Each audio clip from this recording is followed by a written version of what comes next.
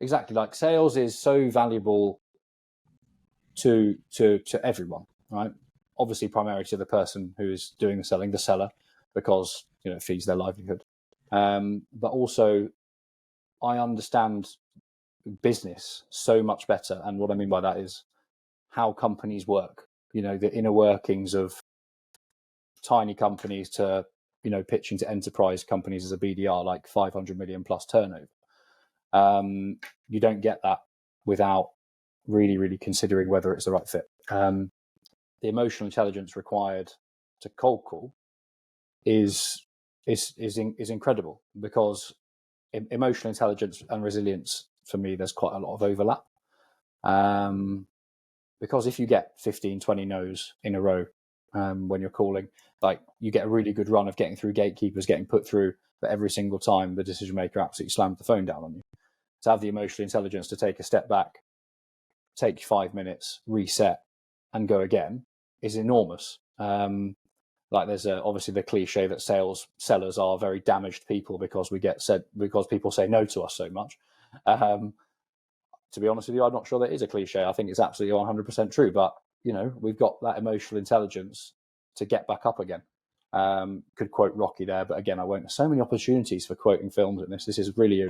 Please do. I love there was an episode I did a few weeks back, and I think at the end of it, I had to apologise for the number of TV and movie quotes. I think because there was just so many throughout that it was it was almost too much. But yeah, go ahead. It's a quote from Rocky. And my other half, when she listens to this, will laugh, because she says that my personality is entirely made up of television and film quotes, and none of it actually belongs to me. But cold calling it's not about how hard you hit; it's about how hard you can get hit and keep moving forward.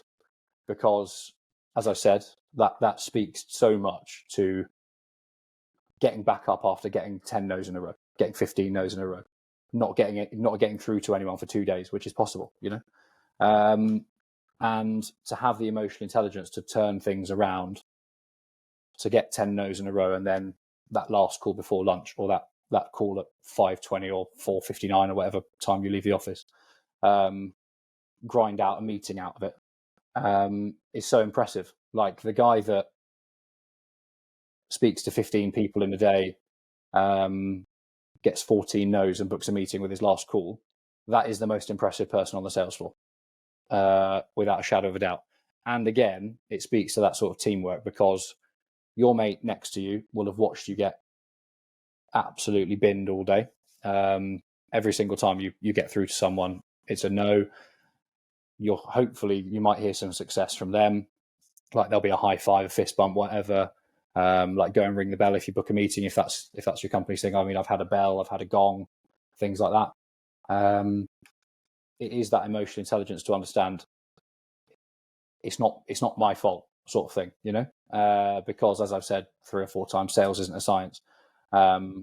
You could pitch beautifully, have the perfect solution, but someone's just going to say no to you because they can't be bothered.